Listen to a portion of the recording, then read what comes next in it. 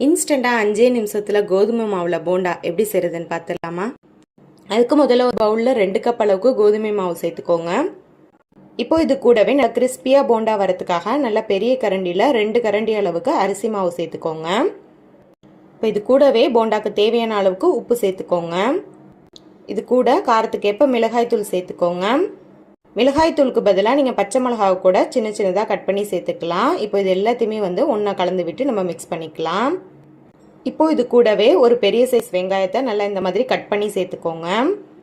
இது கூட கொஞ்சமாக கருவேப்பிலை கொத்தமல்லியை நல்லா இந்த மாதிரி கட் பண்ணி சேர்த்துக்கோங்க பொடி பொடியாக. இப்போ இதை கொஞ்சம் கொஞ்சமாக தண்ணி சேர்த்து பிசைஞ்சிக்கோங்க.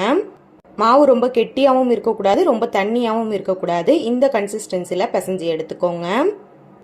மாவு கெட்டியாக இருந்துச்சுன்னா உங்களுக்கு போண்டா நல்லா ஹார்டாக இருக்கும். அதனால் இந்த அளவுக்கு கன்சிஸ்டன்சி பிசைஞ்சு எடுத்துக்கோங்க.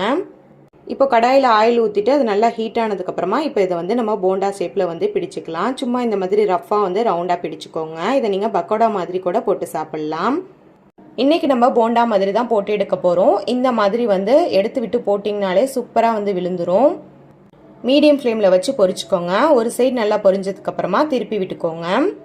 இதே மாதிரி எல்லா போண்டாவையுமே நம்ம பொரிச்சு எடுத்துக்கலாம். இது கூட கார சட்னி, தேங்காய் சட்னிலாம் வச்சு சாப்பிட்டிங்கன்னா அட்டகாசமாக இருக்கும். அப்படியே சும்மாவே சாப்பிட்லாம், அவ்வளோ டேஸ்ட்டாக இருக்கும். இந்த போண்டா உங்களுக்கு ஆயிலெலாம் இழுக்கவே இழுக்காது.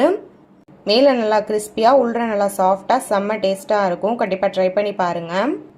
டக்குன்னு குயிக்காக 5 நிமிஷத்தில் செஞ்சு முடிச்சிடலாம். கோதுமை மாவில் செஞ்சுருக்கிறதுனால ஹெல்த்தியாகவும் இருக்கும். வீடியோ பிடிச்சிருந்தா லைக் பண்ணிவிட்டு மறக்காமல் நம்ம சேனலை சப்ஸ்கிரைப் பண்ணிக்கோங்க.